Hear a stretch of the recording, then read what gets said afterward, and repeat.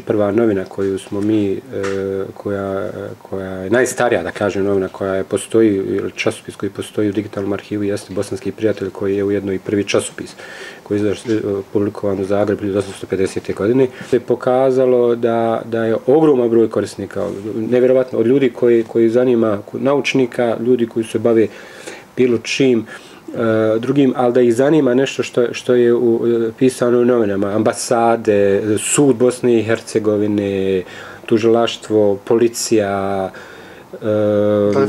fakulteti surađuju sa nama, znači jako veliki broj ljudi. Da bi Infobiro za studente bio nezaobilazan alat pri svega u pisanju seminara, pogotovo recimo sa ta ratna izdanja, kako se pišu novine, kako se pojmovi koriste, kako koji novinar radi, kako izgleda tekst, bilo šta da radite, vi jednostavno to je nezaobilazno za studente novinarstva.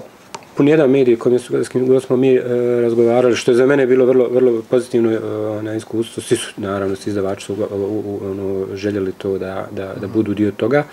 Mi kad smo krenuli, znači Infobiro ima dva neka svoja pravca, jedan pravac jeste da mi arhiviramo aktuelne novine ove koje trenutno izlaze. 2004. znači radili smo sa već digitalno rođenim novinama, od Dnevni avaz, Oslobođenje, Nezavisne novine, sve novine koje su, sva izdanja koja su izdavači koji su bili spremni da surađuju sa nama i koji su imali tehničke kapacitete za takvu stvar, a 2006. smo počeli sa digitalizacijom ovih starih novina.